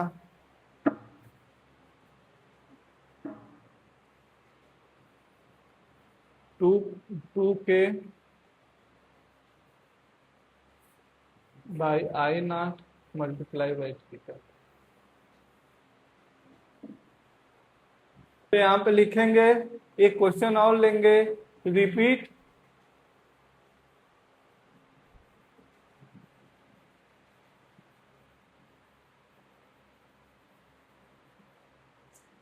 द एवं प्रॉब्लम बेटा। जब क्या हो? Repeat the above problem when kinetic energy equal to क्या हो जाए बेटा? के थीटा के पावर 4। इस एक्सप्रेशन के लिए ऊपर वाले पूरे प्रॉब्लम को आप लोगों को क्या करना है? रिपीट करना है। इसको घर से सॉल्व करोगे, अपने आप से सॉल्व करोगे बेटा, और उसके बाद सॉल्यूशन को कमेंट में लिखोगे। ठीक है, चलो एक और क्वेश्चन लेते हैं। Rigid body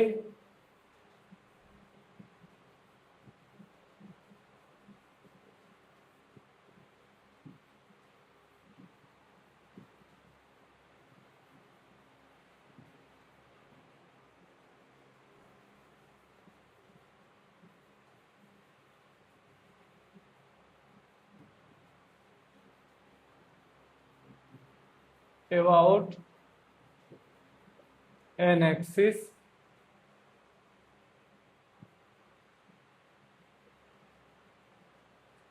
moment of inertia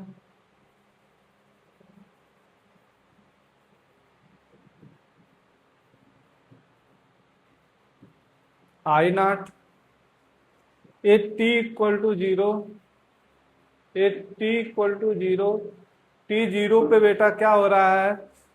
motion start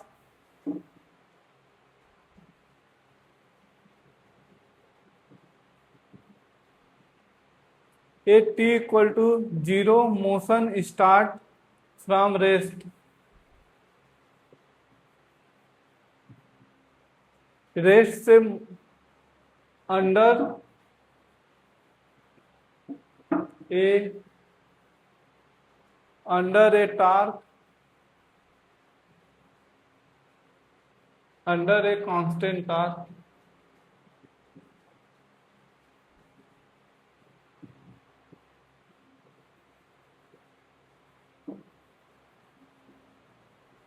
applied by a machine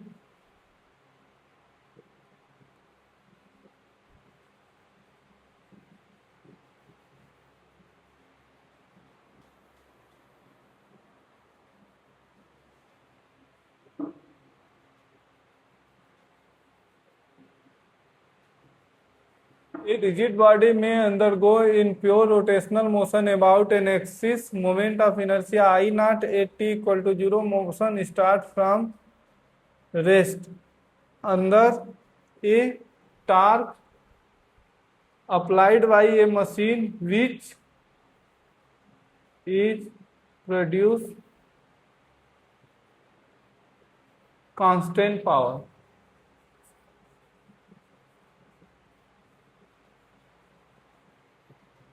Then find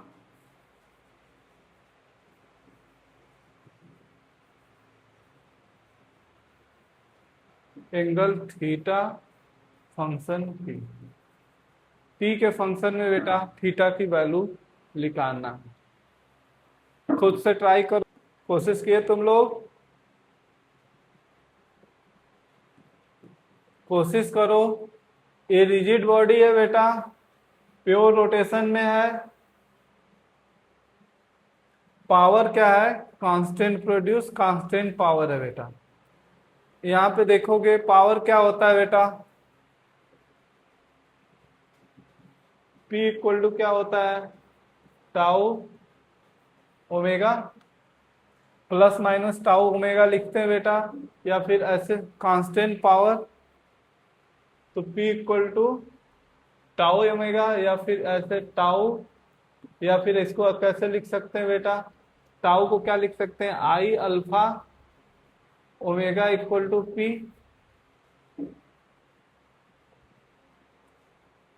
I naught दिया हुआ, ओमेगा क्या हो बेटा, अल्फा क्या है, D omega by D T, omega equal to क्या हो जाएगा, पी,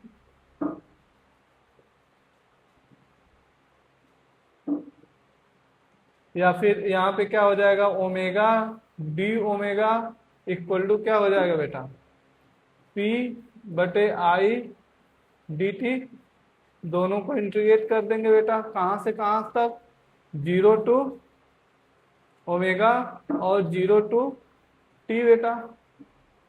तो ओमेगा कितना हो जाएगा, omega square by 2, 0 to T equal to क्या हो जाएगा, पी आई नॉट कांस्टेंट और टी,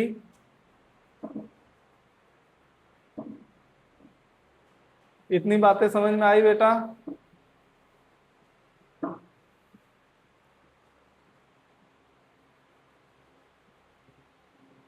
ये क्या हो गया बेटा, omega square by 2 equal to क्या हो गया, पी आई नॉट टी बेटा। अब यहां से क्या लिख सकते हैं, ओमेगा इक्वल टू क्या हो जाएगा, 2p I naught under root T, या फिर इसको क्या, ओमेगा को क्या लिख सकते हो, D theta by D T लिख सकते हो, और एक किसके बराबर हो जाएगा बेटा,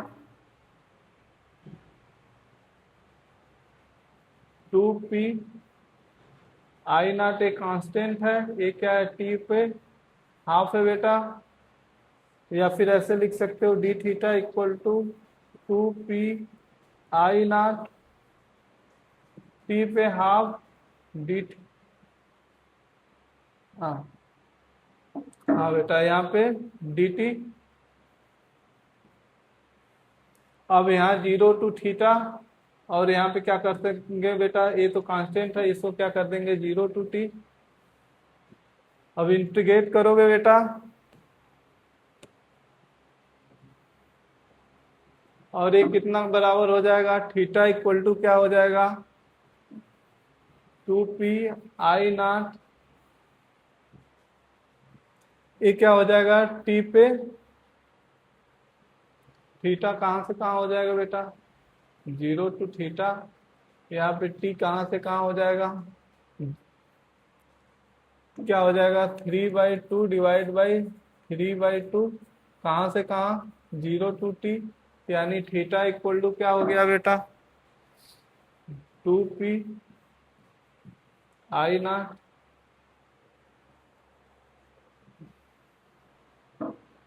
यहाँ पे क्या हो जाएगा 2/3, टी पे 3/2, यानी थीटा प्रोपोर्शनल हो जाएगा किसके बेटा 3t/। ठीक, इस पे लेंगे एक क्वेश्चन बेटा।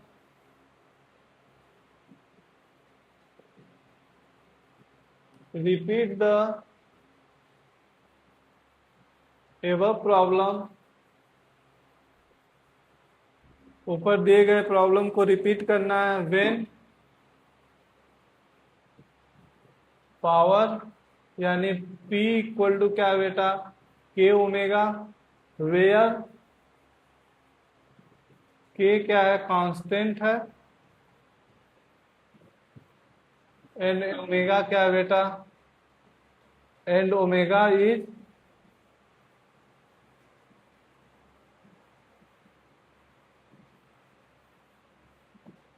इस क्वेश्चन को भी बेटा आप लोग घर से करोगे और कमेंट में आंसर को कमेंट में टाइप करोगे बेटा। थैंक यू बेटा, आगे की पढ़ाई हम लोग अगले क्लास में करेंगे।